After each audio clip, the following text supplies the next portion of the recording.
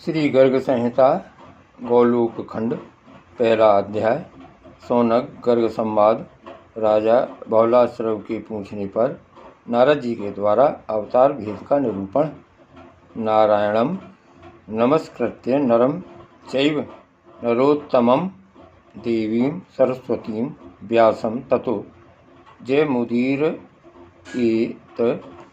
शरद विकज पंकज श्रियं तीव्र विद्वेषकं मिलिंद मुनि सेवितं कुलि संकज चिन्नाव्रतम स्फुरत कनक नूपरम दलित भक्त तापत्रयम चलद धृत पदद्वयम हृदय दधामि राधापते बदन कमल निर्दय यस पीयूष माध्यम पिबति जनवरो अयम पातु सो अयम गिरिम मे बदरवन विहारः सत्यवत्याः कुमारः प्रणत दुरितहारम सारंग धनवा अवतारः। भगवान नारायण नरश्रेष्ठ नर देवी सरस्वती तथा महेश व्यास को नमस्कार करने के पश्चात जय श्री हरि की जय गाथा से पूर्ण इतिहास पुराण का उच्चारण करना चाहिए। मैं भगवान श्री राधाकांत के उन युगल चरणों को अपने हृदय में धारण करता हूँ जो शरद ऋतु के प्रफुल्लित कमलों की शोभा को अत्यंत नीचा दिखाने वाले हैं।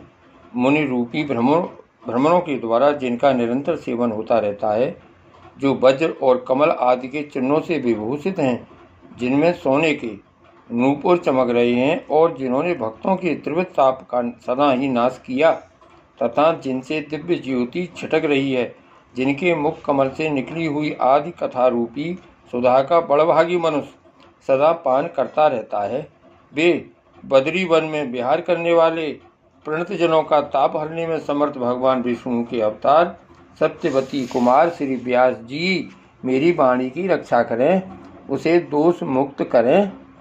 एक समय की बात है, ज्ञानी शिरोमणि परम तेजस्वी मुनि वर गर्ग जी, जो योग शास्त्र के सूर्य हैं, सौनक जी से मिलने के लिए नैमिषारण्य में आए। उन्हें आया देख मुनियों सहित सौनक जी सहसा उठकर खड़े हो गए और उन्होंने पाद आदि उपचारों से विविधवत उनकी पूजा की। सौनक जी ने कहा, साधु पुरुषों का सब ओर विचरण धन्य है, क्योंकि वह ग्रस्त जनों को शांति प्रदान करने का हेतु कहा गया है। मनुष्यों के भीतरी अंधकार का नाश महात्मा ही करते हैं, न कि सूर्य। भगवान, मेरे मन में यह जिज्ञासा उत्पन्न हुई है कि भगवान के अवतार कितने प्रकार के हैं, आप कृपया इसका वर्णन कीजिए। श्री गर्ग जी कहते हैं, ब्राह्मण, भगवान के गुणानुवाद से संबंध रखने वाला आपका यह प्रश्न बहुत ही उत्तम है। यह कहने सुनने और पूछने वाले तीनों के कल्याण का विस्तार करने वाला है। इसी प्रसंग में एक प्राचीन इतिहास का कथन किया जाता है, जिसके श्रवण मात्र से बड़े बड़े पाप नष्ट हो जाते हैं। पहले की बात है, मिथिलापुरी में बहुलाश्रव नाम से विख्यात एक प्रतापी राजा राज्य करते थे। वे भगवान श्री कृष्ण के परम भक्त, शांत चित्त एवं अहंकार से रहित थे। एक दिन मुनिवर नारद जी आकाश मार्ग से उतरकर उनके यहाँ पधारे। उन्हें उपस्थित देखकर राजा ने आसन पर बैठाया और भली भांति उनकी पूजा करके हाथ जोड़कर उनसे इस प्रकार पूछा। श्री जनक जी बोले, महामते, जो भगवान का अनादि प्रकृति से परे और सबके अंतर्यामी ही नहीं आत्मा है, वे शरीर कैसे धारण करते हैं? जो सर्वत्र व्यापक है, वह शरीर से परिच्छिन्न कैसे हो सकता है? यह मुझे बताने की कृपा करें। नारद जी ने कहा, गौ, साधु, देवता, ब्राह्मण और वेदों की रक्षा के लिए साक्षात भगवान श्री हरि अपनी लीला से शरीर धारण करते हैं। अपनी अचिंत्य लीला शक्ति से ही वे देहधारी होकर भी व्यापक बने रहते हैं। उनका वह शरीर प्राकृत नहीं चिन्मय है। जैसे नट अपनी माया से मोहित नहीं होता और दूसरे लोग मोह में पड़ जाते हैं, वैसे ही अन्य प्राणी भगवान की माया देखकर मोहित हो जाते हैं, किंतु परमात्मा मोह से परे रहते हैं, इसमें लेश मात्र भी संशय नहीं है। श्री जनक जी ने पूछा, मुनिवर, संतों की रक्षा के लिए भगवान विष्णु के कितने प्रकार के अवतार होते हैं, ये मुझे बताने की कृपा करें। श्री नारद जी बोले, राजन, व्यास आदि मुनियों ने अंश, आवेश, कला, पूर्ण और परिपूर्णतम, ये 6 प्रकार के अवतार बताए हैं। इनमें से छठा परिपूर्णतम अवतार साक्षात भगवान श्री कृष्ण ही हैं। मरीच आदि अंशावतार, ब्रह्मा आदि अंशावतार, कपिल एवं कूर्म प्रवृत्ति कलावतार और परशुराम आदि आवेशावतार कहे गए हैं। नरसिंह, राम, श्वेत दीपाधिपति, हरि, वैकुंठ, यज्ञ और नर नारायण ये पूर्णावतार हैं एवं साक्षात भगवान श्री कृष्ण ही परिपूर्णतम अवतार हैं। असंख्य ब्रह्मांडों के अधिपति वे प्रभु गोलोक धाम में विराजते हैं, जो भगवान के दिए सृष्टि आदि कार्य मात्र के अधिकार का पालन करते हैं। वे ब्रह्मा आदि सत स्वरूप भगवान के अंश हैं, जो उन अंशों के कार्यभार में हाथ बटाते हैं।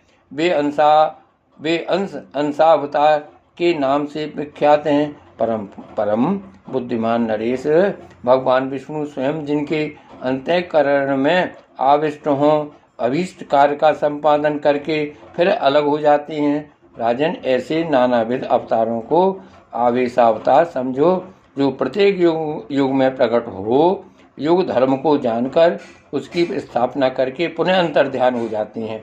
भगवान के उन अवतारों को कलावतार कहा गया है, जहाँ 4 व्यू प्रकट हों, जैसे श्री राम, लक्ष्मण, भरत तथा शत्रुघ्न एवं वासुदेव, संकर्षण, प्रद्युम्न और अनिरुद्ध, तथा जहाँ 9 रसों की अभिव्यक्ति देखी जाती हो एवं जहाँ बल पराक्रम की भी पराकाष्ठा दृष्टिगोचर होती हो, भगवान के उस अवतार को पूर्ण अवतार कहा गया है, जिसके अपने तेज में अन्य संपूर्ण तेज विलीन हो जाते हैं। भगवान के उस अवतार को श्रेष्ठ विद्वान पुरुष साक्षात परिपूर्णतम बताते हैं, जिस अवतार में पूर्ण लक्षण दृष्टिगोचर होता है और मनुष्य जिसे पृथक पृथक भाव के अनुसार अपने परम प्रिय रूप में देखते हैं, वही वह साक्षात परिपूर्णतम अवतार है।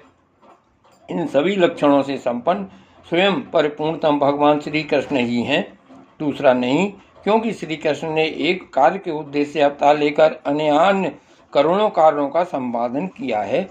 जो पूर्ण पुराण पुरुषोत्तमोत्तम एवं पुरुष परमेश्वर हैं, उन साक्षात सदानंद में कृपानिधि गुणों के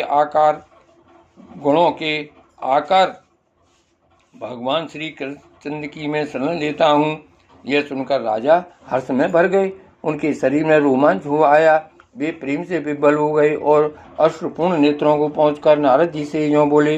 राजा बहुलाश्रव ने पूछा, महर्षि से साक्षात परिपूर्णतम भगवान श्री कृष्णचंद्र सर्वव्यापी चिन्मय गोलोक धाम से उतरकर जो भारतवर्ष के अंतर्गत द्वारकापुरी में विराज रहे हैं, इसका क्या कारण है? ब्राह्मण, उन भगवान श्री कृष्ण के सुंदर बहुत विशाल या ब्रह्म स्वरूप गोलोक धाम का वर्णन कीजिए। महामुने, साथ ही उनके अपरिमेय कारणों को भी कहने की कृपा कीजिए। मनुष्य जब तीर्थ यात्रा तथा 100 जन्मों तक उत्तम तपस्या करके उसके फल स्वरूप सत्संग का अवसर पाता है, तब वह भगवान श्री कृष्ण को शीघ्र प्राप्त कर लेता है। कब मैं भक्ति रस से आदृचित हो मन से भगवान श्री कृष्ण के दास का भी दासानुदास होऊंगा, जो संपूर्ण देवताओं के लिए भी दुर्लभ हैं। वे परब्रह्म परमात्मा आदिदेव भगवान श्री कृष्ण मेरे नेत्रों के सामने कैसे होंगे? श्री नारद जी बोले, नरपश्रेष्ठ, तुम धन्य हो, भगवान श्री कृष्णचंद्र के अभीष्ट जन्म हो और उन श्री हरि के परम प्रिय भक्त हो। तुम्हें दर्शन देने के लिए ही वे भक्त वत्सल भगवान यहाँ अवश्य पधारेंगे। ब्रह्मण देव भगवान जनार्दन द्वारका में रहते हुए भी तुम्हें और ब्राह्मण सुतदेव को याद करते रहते हैं।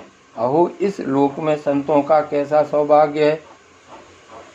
जय जय श्री गोकुलेश, जय जय श्री गोकुलेश।